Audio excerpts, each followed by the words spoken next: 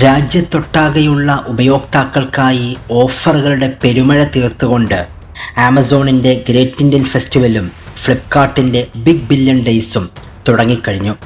മണിക്കൂറുകൾ പിന്നിടുമ്പോഴേക്കും 2 ഇ-കൊമേഴ്സ് പ്ലാറ്റ്ഫോമുകളിലും ഉപഭോക്താക്കളുടെ വൻ തിരക്കാണ് അനുഭവപ്പെടുന്നത്.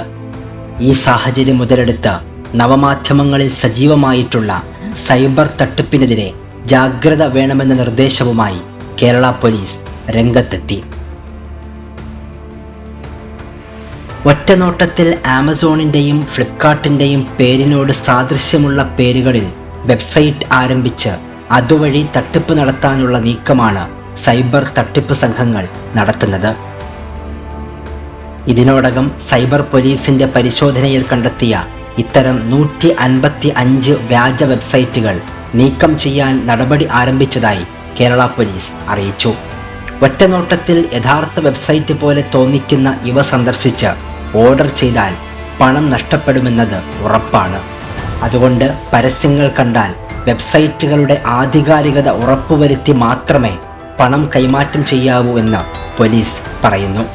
വ്യാജ വെബ്സൈറ്റുകൾ തിരിച്ചറിയുന്നതിന് വെബ്സൈറ്റിൻ്റെ വിലാസം സൂക്ഷ്മമായി പരിശോധിക്കണം. വാട്സാപ്പ്, SMS, സമൂഹ മാധ്യമങ്ങൾ എന്നിവ വഴി ലഭിക്കുന്ന ലിങ്കുകളിൽ ക്ലിക്ക് ചെയ്ത് ഇ-കൊമേഴ്സ് വെബ്സൈറ്റുകളിൽ പ്രവേശിക്കുമ്പോൾ അതീവ ജാഗ്രത പുലർത്തണമെന്ന നിർദ്ദേശവും പോലീസ് നൽകിയിട്ടുണ്ട്.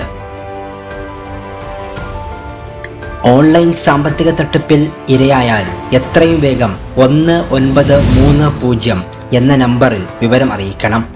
പണം നഷ്ടപ്പെട്ട് 1 മണിക്കൂറിനകം ഈ നമ്പറിൽ വിവരമറിയിച്ചാൽ നഷ്ടമായ തുക തിരിച്ചുപിടിക്കാനുള്ള സാധ്യത കൂടുതലാണെന്നും കേരള പോലീസ് അറിയിച്ചു.